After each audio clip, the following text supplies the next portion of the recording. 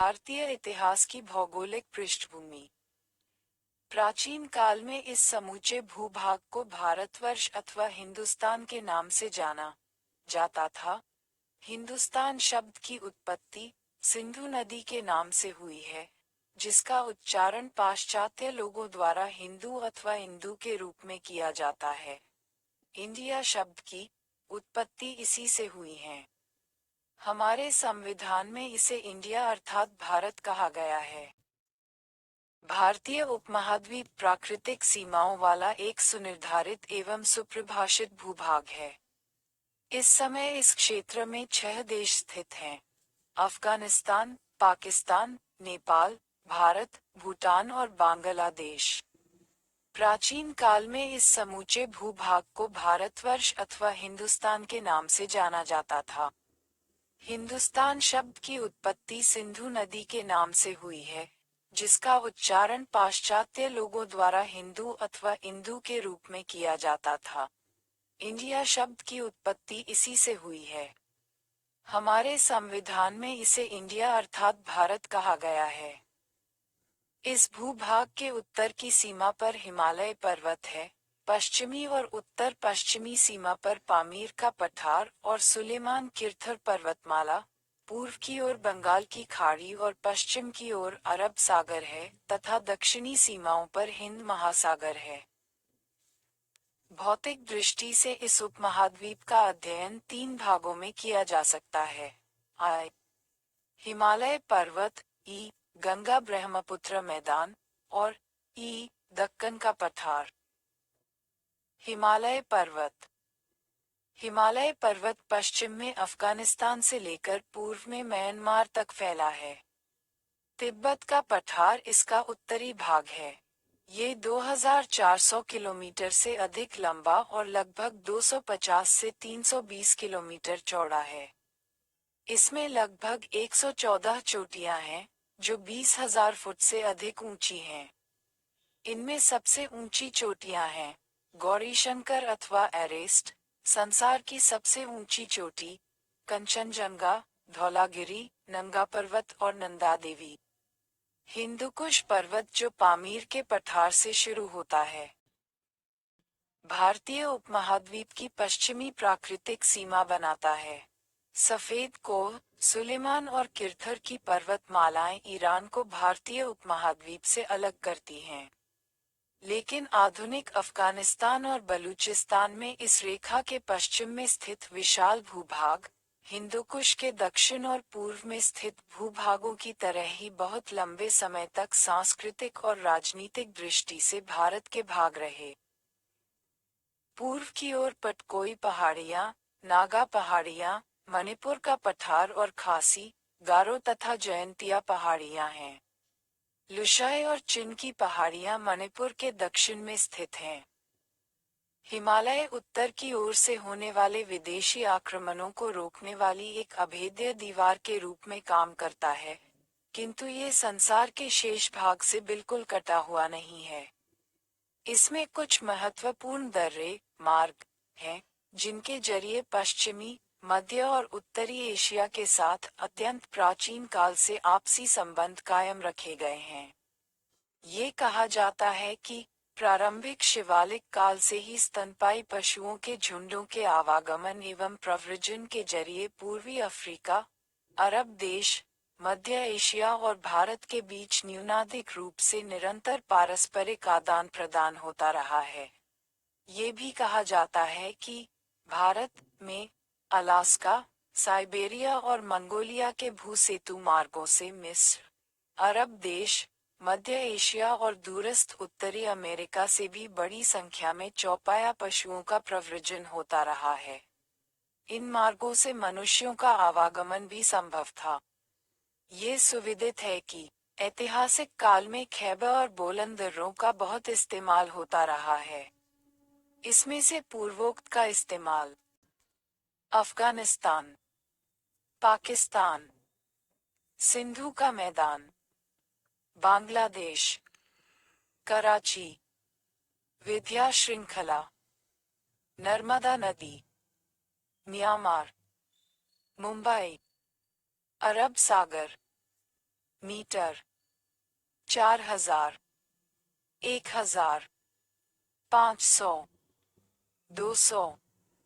मालदीव, बंगाल की खाड़ी, अंडमान और निकोबार द्वीप समूह, चेन्नई, मद्रास, नवद्वीप, श्रीलंका, 0-200 किलोमीटर, 400-600, 800। आकृति 4.1 भारत का प्राकृतिक मानचित्र बहुत बार किया गया है और इसे भारत के प्रवेश द्वार के रूप में जाना जाता है। भारत की उत्तरी सीमा को मनुष्यों के आक्रमणों से बचाने के अलावा हिमालय साइबेरिया की ठंडी हवाओं से भी हमारी रक्षा करता है। अत्यंत उपजाऊ भूमि, प्राकृतिक संसाधनों से परिपूर्ण और निरंतर बहती हुई नदियों वाला सिंध, गंगा और ब्रह्मपुत्र का मैदान हिमालय का वरदान है, जिसके लिए भारतीय उसकी देवता के रूप में पूजा करते हैं। सिंध गंगा ब्रह्मपुत्र मैदान हिमालय के दक्षिण में भारत का अति विस्तृत मैदान है, जिसकी लंबाई 3200 किलोमीटर से अधिक और चौड़ाई लगभग 240 से 320 किलोमीटर तक है। ये हिमालय से नीचे आने वाली सैकड़ों नदी सरिताओं द्वारा हिमालय से बहाकर लाई गई अत्यंत उपजाऊ मिट्टी से बना है। हिमालय से निकलने वाली नदियों की 3 महान प्रणालियां हैं, जो इस विशाल मैदान को वर्ष भर निरंतर जल प्रदान करती हैं। ये हैं सिंध, गंगा और ब्रह्मपुत्र, किंतु इस मैदान में यमुना नदी के पश्चिम और सिंध नदी के पूर्व में स्थित एक काफी बड़े भूभाग में आजकल कोई जल प्रणाली नहीं है। इस भूभाग में हरियाणा, पंजाब और राजस्थान राज्य शामिल हैं। अब ये प्रमाणित हो चुका है कि प्राचीन काल में सरस्वती नदी और उसकी सहायक नदियां इस क्षेत्र में बहती थीं। सिंध नदी तिब्बत पठार के कैलाश मानसरोवर क्षेत्र से निकलती है, पश्चिम और उत्तर पश्चिम की ओर कराकोरम पर्वत श्रृंखला के बीच लगभग 1300 किलोमीटर तक बहती है। तब इसमें गिलगित नदी आ मिलती है, फिर सिंध नदी दक्षिण की ओर मुड़ती है और मैदानों में पहुंच जाती है, जहां इसमें 5 नदियां शामिल होकर पंचिम देश अथवा पंजाब का निर्माण करती हैं। पूर्व से पश्चिम तक सिंध की ये 5 सहायक नदियां हैं: सतलज, शत्रु, व्यास, विपासा, रावी, परुष्णी, चिनाब, सिवनी और झेलम, वित्सता। सबसे प्रथम उल्लिखित नदी सतलज अथवा शत्रु कभी सरस्वती नदी की सहायक नदी थी, जो अब लुप्त हो गई है, लेकिन फिर सतलज ने अपना मार्ग बदल लिया है। गंगा हिमालय से निकलने के बाद हरिद्वार के मैदानों में पहुंचती है और उत्तरांचल, उत्तर प्रदेश, बिहार और बंगाल राज्यों में से गुजरकर बंगाल की खाड़ी में जा मिलती है। इसके पश्चिम में यमुना नदी बहती है। ये भी हिमालय से निकलती है। यमुना और गंगा का इलाहाबाद में संगम होने से पहले विंध्य पर्वत से निकलने वाली कुछ नदियां, जैसे चंबल, बेतवा और केन नदियां यमुना में मिल जाती हैं। विंध्य की एक और महान नदी सोन बिहार में पटना के निकट गंगा नदी में जा मिलती है। हिमालय की ओर से गोमती, सरयू, गंडक और कोसी नदियां उत्तर प्रदेश और बिहार राज्यों में गंगा नदी में मिल जाती हैं। अपने अंतिम छोर पर पहुंचकर गंगा कई धाराओं में बंटकर बंगाल की खाड़ी में जा गिरती है। मुख्य धारा को भागीरथी अथवा हुगली कहा जाता है, जिसके किनारों पर मुर्शिदाबाद, हुगली और कोलकाता नगर स्थित हैं। गंगा के सबसे पूर्वी मुख को पद्मा कहा जाता है। महान ब्रह्मपुत्र नदी जो कैलाश में स्थित मानसरोवर झील के पूर्वी भाग से निकलती है। तिब्बत के पठार पर तसांगपो के नाम से बहती है। फिर ये दक्षिण की ओर मुड़ जाती है और भारत में प्रवेश करती है, जहां पर इसका नाम दिहोंग हो जाता है। बाद में दिहोंग और लोहित नदियां आपस में मिल जाती हैं और उन्हें ब्रह्मपुत्र अथवा लोहित्य कहा जाता है।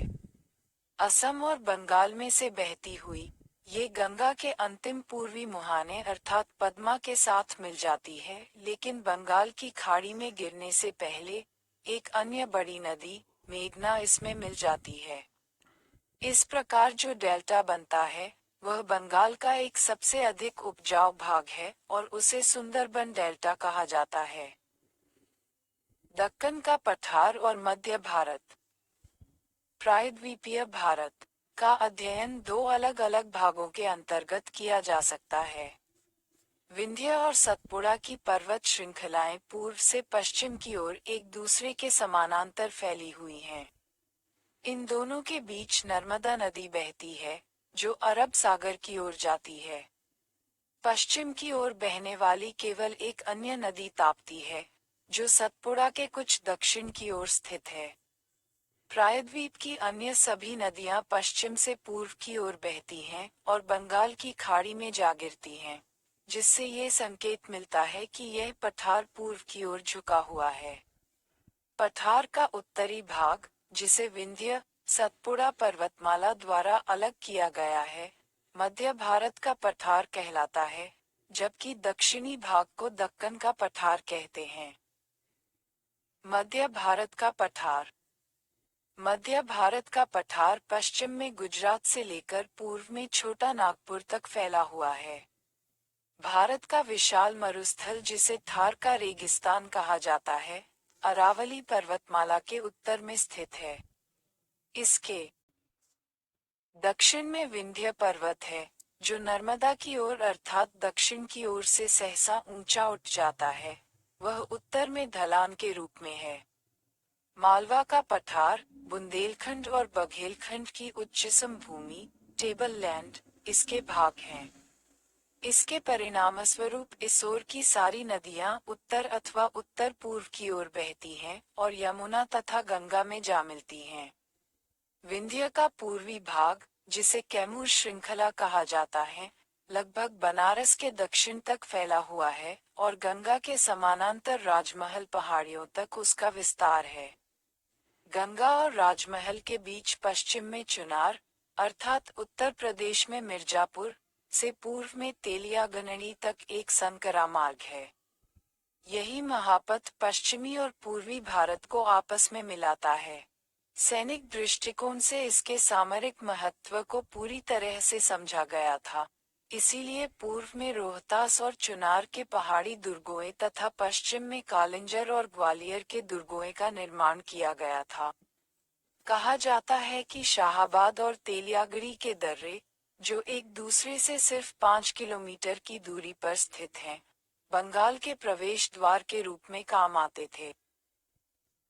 पठार और थार मरुस्थल के पश्चिम की ओर गुजरात की उपजाऊ निम्न भूमि स्थित है, जिसमें कई कम ऊंची पहाड़ियां हैं और जिसकी सिंचाई माही, साबरमती द्वारा और नर्मदा तथा ताप्ती की निचली शाखाओं द्वारा होती है। काठियावाड़ प्रायद्वीप और कच्छ का रण दलदल वाला क्षेत्र है, जो गर्मियों में सूखा रहता है। दक्कन का पठार। जैसा कि हमने पहले पढ़ा है, दक्कन के पठार की सतह पश्चिम से पूर्व की ओर ढालू है। पश्चिम की ओर ऊंची खड़ी चट्टानों की श्रृंखला है, जो दक्षिण से उत्तर की ओर जाती है और इसके तथा समुद्र के बीच एक संकरी मैदानी पट्टी है।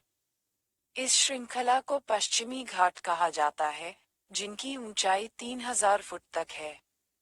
ये पठार दक्षिण में मैसूर क्षेत्र में लगभग 2000 फुट ऊंचा है और हैदराबाद में इसकी ऊंचाई इसके लगभग आधे के बराबर है। पूर्वी घाटों में, जिनमें कम ऊंचाई वाली पहाड़ियों के समूह शामिल हैं, कई खाली स्थान हैं, जिनसे होकर बहुत सी प्रायद्वीपीय नदियां बंगाल की खाड़ी में जा मिलती हैं।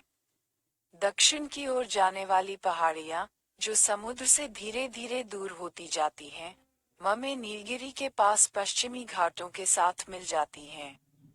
पूर्वी घाट और समुद्र के बीच का मैदान पश्चिमी घाट के मैदान से अधिक चौड़ा है। नर्मदा और ताप्ती को छोड़कर, जो पश्चिम की ओर बहती हैं और अरब सागर में गिरती हैं, प्रायद्वीपीय भारत की सभी नदियां पश्चिम से पूर्व की ओर बहती हैं। उनमें से अधिकतर नदियां पश्चिमी घाट से निकलती हैं और पठार के चौड़ाई वाले पूरे भाग को पार करके बंगाल की खाड़ी में जा गिरती हैं। महानदी एक चौड़े मैदान का निर्माण करती है, जिसे उत्तर पूर्व में छत्तीसगढ़ का मैदान कहा जाता है। ये नदी समुद्र में मिलने से पहले उड़ीसा से होकर गुजरती है। गोदावरी और उसकी सहायक नदियों की घाटी में उत्तर की ओर एक बहुत बड़ा समतल मैदान है, लेकिन पूर्व में समुद्र से मिलने से पहले ये संकरा हो जाता है। आगे दक्षिण में कृष्णा नदी, तुंगभद्रा जैसी अपनी सहायक नदियों के साथ दक्कन के पठार को दो भागों में विभाजित करती है। इसके और आगे दक्षिण में कावेरी और उसकी सहायक नदियों से एक अन्य महत्वपूर्ण नदी प्रणाली का निर्माण होता है। यहाँ ये बात उल्लेखनीय है कि ये नदियाँ उत्तर की नदियों से भिन्न हैं। हिमालय जैसे जल के बारहमासी स्रोत के न होने के कारण ये दक्षिणी नदियाँ गर्मी के मौसम में अधिकतर सूखी रहती हैं और इसलिए ये सिंचाई और नौपरिवहन के प्रयोजनों के लिए कम उपयोगी हैं। आका क्षेत्र तटवर्ती उपजाऊ मैदान बहुत महत्वपूर्ण हैं, क्योंकि उनसे समुद्री क्रियाकलापों और व्यापार के अवसर भी मिलते हैं। पश्चिमी तटवर्ती मैदान उत्तर में खंभात की खाड़ी से लेकर दक्षिण में केरल तक फैला हुआ है। उत्तरी भाग को कोंकण कहा जाता है, जबकि दक्षिणी भाग मालाबार तट कहलाता है। इस क्षेत्र में वर्षा बहुत अधिक होती है। यहाँ पर बड़ी नदियाँ नहीं हैं, किंतु छोटी नदियाँ संचार और सिंचाई के सरल साधन का काम देती हैं। कोंकण क्षेत्र में और मालाबार में भी कुछ अच्छे बंदरगाह हैं। दूसरी ओर पूर्वी तट पर कुछ प्राकृतिक बंदरगाह हैं, लेकिन ऐतिहासिक काल में समुद्री गतिविधियों के फलस्वरूप दक्षिण पूर्व एशियाई देशों के साथ अधिक घनिष्ठ और लाभदायक संबंध स्थापित हुए। प्रायद्वीप के दक्षिणी छोर को केप कोमारिन अथवा कन्याकुमारी अंतद्वीप कहा जाता है। इसके दक्षिण पूर्व में श्रीलंका का द्वीप है। हालांकि यह भारत का अभिन्न भाग नहीं है, लेकिन ये भारत के साथ घनिष्ठ रूप से संबंधित रहा है। ये छोटे छोटे द्वीपों, मूंगे की चट्टानों और छिछले जल की एक श्रृंखला के द्वारा भारत से जुड़ा है, जिसे आदम का पुल नाम दिया गया है। आम के आकार के इस श्रीलंका द्वीप को प्राचीन काल में तापरनी के नाम से जाना जाता था, जो संस्कृत के ताम्रपर्णी शब्द का बिगड़ा हुआ रूप है। संस्कृत शब्द ताम्रपर्णी का अर्थ है तांबूल अथवा पान के पत्ते के आकार वाला। इसे सिंगल द्वीप के नाम से भी जाना जाता था। जलवायु भारतीय उपमहाद्वीप अधिकांशतः उष्णकटिबंध में स्थित है। ऊंचे हिमालय पर्वत द्वारा भारत को साइबेरिया से आने वाली उत्तर ध्रुवीय ठंडी हवाओं से सुरक्षित बनाए जाने के कारण यहाँ की जलवायु लगभग पूरे वर्ष काफी गर्म रहती है।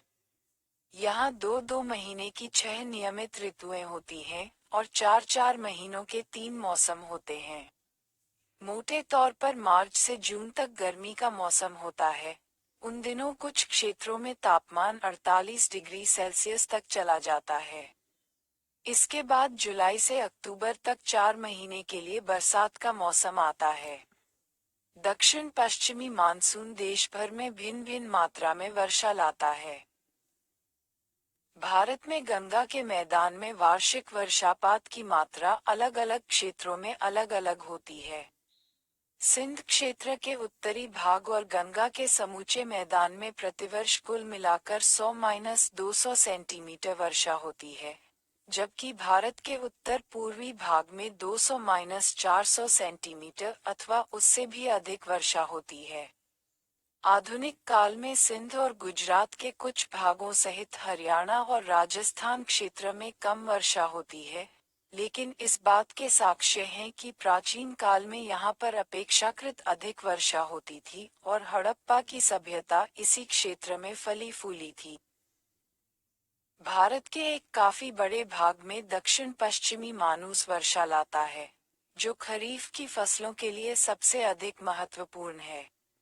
इसी प्रकार सर्दी के मौसम में पश्चिमी विक्षोभ से जो वर्षा होती है, उससे वर्ष की दूसरी फसल पैदा होती है, जिसे रबी की फसल कहा जाता है।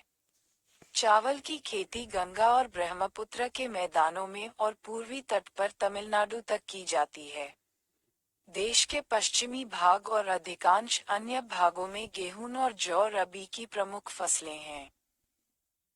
तीसरा मौसम सर्दी का होता है, जब तापमान 5 डिग्री सेल्सियस अथवा इससे भी कम हो जाता है। लेकिन हिमालय पार के उत्तरी क्षेत्रों की तुलना में इसे गर्म ही समझा जाना चाहिए। इस प्रकार भारत असंख्य किस्मों की विविधतापूर्ण वनस्पतियों वाला और अनुकूल मौसमों की नियमित श्रृंखला वाला देश है। यह एक ऐसा देश है जो मानव आवास के लिए अत्यंत उपयुक्त है। मध्य एशिया अथवा यूरोप जैसे विश्व के अन्य किसी भाग की तुलना में यहाँ पर जनसंख्या में चरम सीमा तक वृद्धि होने और बाहर से अति विशाल संख्या में लोगों द्वारा यहाँ आकर बस जाने के लिए सबसे अधिक अनुकूल परिस्थितियां रही हैं।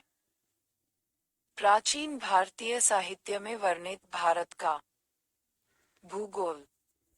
प्राचीन काल में भारत के विशाल उपमहाद्वीप को भारतवर्ष अर्थात भरतों की भूमि के नाम से जाना जाता था, जिसके उत्तर की सीमा पर हिमालय पर्वत और दक्षिण में समुद्र था। ये जम्बूद्वीप का दक्षिणी भाग था। सिंधु द्वारा सिंचित प्रदेश को इंडिया का नाम सबसे पहले हखामनी ईरानी लोगों द्वारा दिया गया था। पारसियों के पवित्र ग्रंथ गेंद अवेस्ता में सरस्वती की 7 नदियों अथवा सरस्वती की 5 धाराओं सहित गंगा और यमुना के क्षेत्र का उल्लेख। चीन, तिब्बत, भाई और बहन, महान, गोदावरी, मुंबई, एफ, अरब सागर, चेन्नई, महान, बंगाल की खाड़ी, मालाबार तट, लक्षद्वीप, श्रीलंका, अंडमान और निकोबार द्वीप समूह। 500 से 250, 120 करोड़, 30 या 13 सेमी। 2003, मालदीव, आकृति 4.2 वार्षिक वर्षापात क्षेत्र। करते हुए सप्त सिंधु शब्द का उपयोग किया गया है। यूनानियों ने बाद में ये शब्द ईरानियों पर्शियनों से उधार लेकर सिंधु नदी को इंडोस के नाम से पुकारा। पर्शियनों की पुस्तक मेहरे याश्त और यासना में हम देखते हैं कि हफ्त हिंदू के स्थान पर वस्तुतः हिंदू शब्द का उपयोग किया गया है, जिससे पता चलता है कि इस शब्द का विस्तार इंडस सिंधु नदी के क्षेत्र के आगे के प्रदेश तक था। प्रसिद्ध यूनानी इतिहासकार हेरोडोट्स ने इंडोस शब्द का प्रयोग पर्शियन साम्राज्य की क्षत्रपी के लिए किया था, लेकिन बाद में धीरे धीरे यूनान और रोम दोनों के लेखकों द्वारा इस शब्द को समूचे देश के लिए लागू कर दिया गया। ईसा की प्रथम शताब्दी में चीन में बौद्ध धर्म का प्रवेश होने पर चीनियों ने भारत के लिए तिएनचू अथवा चुंगतू शब्द का प्रयोग किया है, लेकिन हवेनसांग के बाद वहां पर यिंतू शब्द का चलन हो गया।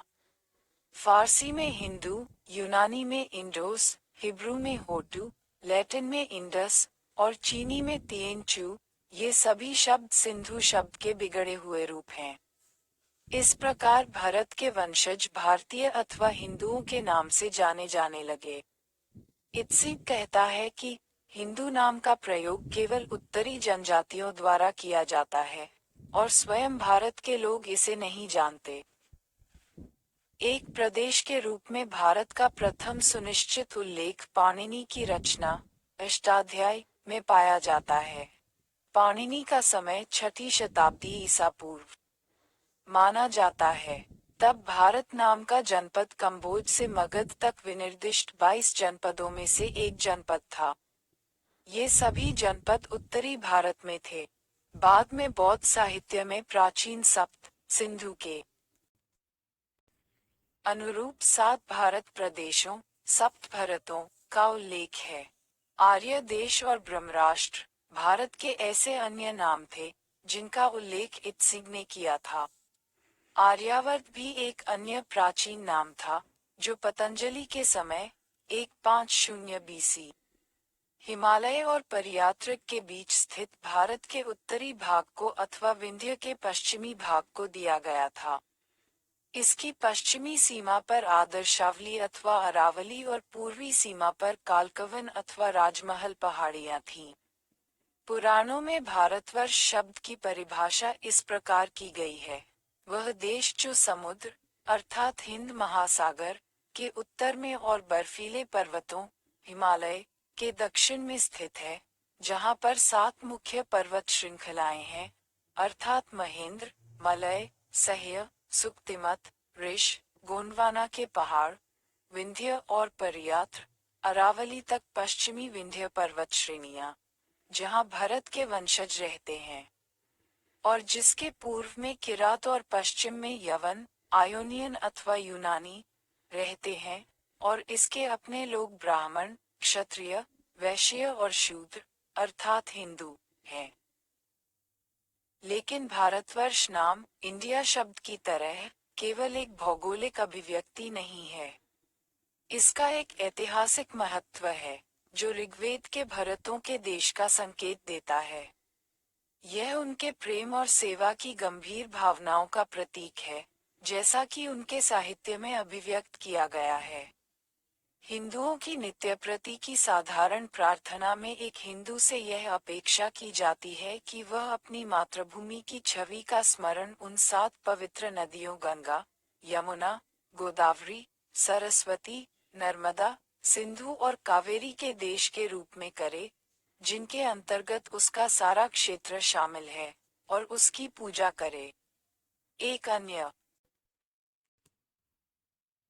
प्रार्थना में इस भूमि का स्मरण 7 पुरियों, पवित्र नगरों, अयोध्या, मथुरा, माया, आधुनिक हरिद्वार, काशी, कांची, कांजीवरम, अवंतिका, उज्जैन, दद्वारावती, द्वारका के देश के रूप में किया गया है।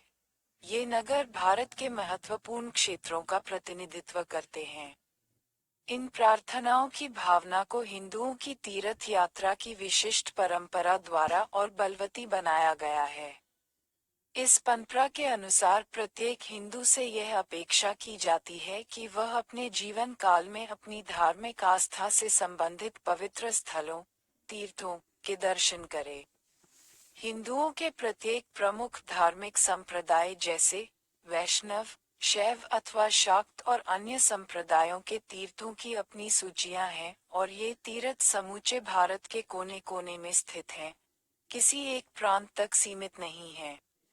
सारे संप्रदाय एक मत से अपने अपने अनुयायियों से आग्रह करते हैं कि भारत के दूर दूर स्थानों पर स्थित अपने विभिन्न तीर्थ स्थलों की यात्रा करें। इस प्रकार उनमें अपनी सबकी मातृभूमि के बारे में जीवंत भावना उत्पन्न होती है। शंकराचार्य इसी भावना से प्रेरित होकर देश के 4 छोरों पर 4 मठ स्थापित किए थे, अर्थात उत्तर में हिमालय में बद्री, केदार के निकट ज्योतिर्मठ, पश्चिम में द्वारका में शारदा मठ, पूर्व में पुरी में गोवर्धन मठ और मैसूर में श्रृंगेरी मठ। इस प्रकार हिंदू संस्कृति में संप्रदाय अथवा पंथ राष्ट्रीयता के सहायक हैं, विरोधी नहीं।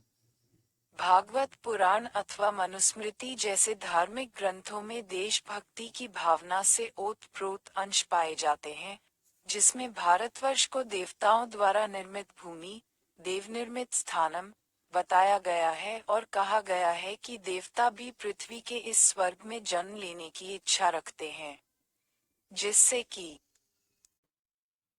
वे यहाँ के वातावरण से आत्मिक संतुष्टि प्राप्त कर सकते हैं। और इन सब में सबसे महत्वपूर्ण कथन है, जननी जन्मभूमि च स्वर्गादपि गरियासी, अर्थात जननी और मातृभूमि स्वर्ग से भी बढ़कर है। इन सभी प्रार्थनाओं और उद्धरणों से पता चलता है कि हिंदुओं ने देशभक्ति को धर्म में एक उच्च स्थान दिया है। एक सुप्रतिष्ठित ब्रिटिश आलोचक के शब्दों में, हिंदू भारत को न केवल एक राजनीतिक इकाई, स्वाभाविक रूप से प्रभुसत्ता की एक वस्तु मानता है, चाहे वह प्रभुसत्ता किसी की भी, चाहे अंग्रेजों, मुसलमानों या हिंदुओं की हो, बल्कि मातृ देवी के मंदिर की तरह अपनी संस्कृति का मूर्त रूप समझता है। उसने भारत को अपनी संस्कृति का प्रतीक बना लिया है। उसने इसमें अपनी आत्मा को, स्वयं अपने आप को आत्मसात कर दिया है। उसकी चेतना में ये देश उसका अपना ही बृहत्तर रूप है। किंतु धर्म के अलावा प्राचीन हिंदुओं के राजनीतिक अनुभवों ने भी मातृभूमि की उनकी इस अवधारणा को बल प्रदान किया है। किसी देश की एकता को तभी आसानी से हृदयंगम किया जा सकता है यदि यह किसी एक ही राजनीतिक सत्ता के नियंत्रण में हो। प्राचीन हिंदू बहुत प्राचीन काल से इस आदर्श से और प्रभुसत्ता की इस संस्था से सुपरिचित थे। एक सम्राट, राजाधिराज अथवा सार्वभौम जैसे महत्वपूर्ण वैदिक शब्दों और राजसूय, वाजपेय अथवा अश्वमेध जैसे वैदिक अनुष्ठानों से इस बात का संकेत मिलता है। ये यज्ञ उस राजा द्वारा किए जाते थे जो अपनी दिग्विजय द्वारा अपने आप को राजाधिराज बना लेता था। कुछ वैदिक रचनाओं और बाद की कुछ कृतियों, जैसे महाभारत अथवा पुराणों में ऐसे महान राजाओं अथवा सम्राटों की सूचियां भी दी गई हैं। इन प्रागैतिहासिक सम्राटों के अलावा ऐतिहासिक काल में भी ऐसे सम्राट हुए हैं, जैसे चंद्रगुप्त मौर्य, अशोक, समुद्रगुप्त, हर्ष और मिहिर भोज, तथा बाद के काल में अकबर और औरंगजेब। कुछ राजाओं ने अपनी परमोच्च प्रभुसत्ता की घोषणा स्वरूप अश्वमेध यज्ञ भी किए थे, जैसे पुष्यमित्र, समुद्रगुप्त, कुमारगुप्त प्रथम, आदित्यसेन और पुलकेशिन प्रथम। इस प्रकार परमोच्च प्रभुसत्ता की संस्था का भारत में लंबा इतिहास है। भारतीय इतिहास पर भूगोल का प्रभाव। भौगोलिक विशेषताएं कई पहलुओं से मनुष्य के क्रियाकलापों और प्रकृति तथा अन्य मानव समूहों के साथ उसके संबंधों को प्रभावित करती हैं। पहाड़ियों, पर्वतों और नदियों आदि के प्राकृतिक अवरोधों से उसे एक भौगोलिक इकाई और उसके अपनत्व की अनुभूति होती है। वह अपने परिवेश के अनुसार अपनी आदतों और सोचने के तरीके का विकास करता है। हमने देखा है कि भारतीय उपमहाद्वीप एक विशाल देश है जिसके उत्तर में हिमालय और शेष 3 दिशाओं में समुद्र तटीय सीमाओं के रूप में सुनिर्धारित प्राकृतिक अवरोध हैं। इससे यहाँ रहने वाले लोगों में एकता की भावना उत्पन्न होती है। वे इसे अपनी मातृभूमि मानते हैं। इसकी विशालता का अनुमान इसी बात से लगाया जा सकता है कि यदि पूरे यूरोप में से भूतपूर्व सोवियत संघ को निकाल दिया जाए तो शेष यूरोप लगभग भारत के बराबर होगा। यूरोप में अनेक राष्ट्र हैं, जिनका अपना इतिहास है, अपनी परंपरा, भाषा आदि हैं। इसके विपरीत, हालांकि भारत में भी हमेशा बहुत से राज्य रहे हैं, लेकिन उनका सांस्कृतिक और सामाजिक ढांचा मोटे तौर पर हमेशा एक जैसा रहा है। संस्कृत स्थानीय भाषाओं के साथ साथ सबसे सम्मानित भाषा रही है। राज्यों का प्रशासन और शासन विधि पुस्तकों के आधार पर किया जाता था, जिन्हें धर्मशास्त्र कहा जाता है। उपासना स्थल और तीर्थस्थान समूचे देश में बिखरे पड़े हैं। ये सांस्कृतिक बंधन भारतीयों में एकता और राष्ट्रीयता की भावना उत्पन्न करते हैं। इसके साथ साथ विशिष्ट क्षेत्रीय विविधताएं भी हैं। कई ऐसे क्षेत्र हैं जिनमें विशिष्ट क्षेत्रीय भावना और सांस्कृतिक विशेषताएं हैं। इन अलग अलग इकाइयों से विशाल राज्यों, साम्राज्यों का उदय हुआ और समय पाकर वे दुर्बल हो गए। उनका स्थान अन्य इकाइयों ने ले लिया। कुछ इतिहासकारों ने इसे परस्पर क्रिया प्रतिक्रिया करने वाली केंद्रीकरण और विकेंद्रीकरण की शक्तियों के रूप में परिभाषित किया है। दूसरे शब्दों में, एकीकरण और विघटन की शक्तियां हमेशा सक्रिय रही हैं, लेकिन ये कहना अधिक उपयुक्त होगा कि राज्य व्यवस्था की भारतीय पद्धति में विजय की चक्रवर्ती अवधारणा को स्वीकार किया गया था, जिसके अनुसार प्रत्येक राजा को समूचे देश का शासन करने की आकांक्षा करनी चाहिए। इस प्रकार साम्राज्यों का पतन होता रहा और फिर नए साम्राज्यों का उदय होता रहा, किंतु ये परंपरा जारी रही। यहाँ तक कि उत्तर पश्चिम के प्रारंभिक विजेता, जैसे भारतीय यूनानियों, शक पहलवों, कुषाणों आदि ने राज्यों और साम्राज्यों की स्थापना की, लेकिन वे राज्य व्यवस्था के भारतीय आदर्शों को अपनाने की अपनी तीव्र अभिलाषा को और भारतीय समाज की मुख्य धारा में स्वयं को सम्मिलित करने की अपनी इच्छा को प्रकट करने में कभी नहीं चूके। पूर्व काल में भी राजनीतिक उतार चढ़ाव के बावजूद इन क्षेत्रों ने अपनी अलग पहचान को बनाए रखा। ऐसा प्रतीत होता है कि बहुत से अन्य राज्यों के साथ साथ उत्तर में कोसल, मगध, गौड़, वंग, अवंती, लाट और सौराष्ट्र, दक्षिण में कलिंग, आंध्र, महाराष्ट्र, कर्नाटक, चेर, चोल और पांड्य के प्राचीन राज्यों को शाश्वत जीवन प्राप्त था। साम्राज्यों का उत्थान और पतन होता रहा, वे बार बार एक दूसरे के साथ भिड़ते रहे, किंतु इन राज्यों ने विभिन्न नामों और विभिन्न राजवंशों के अंतर्गत इतिहास की लगभग संपूर्ण अवधि में अपना अलग अस्तित्व बनाए रखा। भारत के तीन ओर एक लंबी तट रेखा है। यहाँ रहने वाले लोग समुद्री गतिविधियों में निष्णात थे। उनके दोनों ओर के देशों के साथ व्यापारिक संबंध थे। दक्षिण में चोल राजवंश के अलावा अन्य किसी राजवंश ने समुद्र पार की किसी भूमि को जीतने की कभी कोशिश नहीं की, लेकिन ये कोई स्थायी कोशिश नहीं थी। इसके विपरीत हम देखते हैं कि भारतीय ज्ञात संसार के बहुत से भागों में फैल गए थे, लेकिन दक्षिण पूर्वी एशिया में वियतनाम, इंडोनेशिया, कंबोडिया आदि देशों में उन्होंने स्थायी सांस्कृतिक प्रभाव छोड़ा। ऐसा किसी राज्य के प्रयास से नहीं, अपितु व्यापारियों और राजकुमारों के वैयक्तिक प्रयासों से हुआ था। यहाँ जान लेना चाहिए कि ये प्रयास यूरोपीय उपनिवेशवादियों के प्रयासों से बिल्कुल भिन्न प्रकार के थे। भारतीयों ने कभी भी नरसंहार अथवा अत्याचारपूर्ण दमन की कोशिश नहीं की। उन्होंने विशाल राज्य स्थापित किए और उसी भूमि के भाग बन गए। उन्होंने उन्हें अपना धर्म और भूगोल प्रदान किया, लेकिन उनके धर्म और दर्शन को भी आत्मसात कर लिया। इस प्रकार, निष्कर्ष के रूप में ये कहा जा सकता है कि भारत की भौगोलिक विशेषताओं ने न केवल इसके इतिहास और इसकी संस्कृति को बल्कि यहाँ के लोगों की मानसिकता और चिंतन को भी आकार दिया है।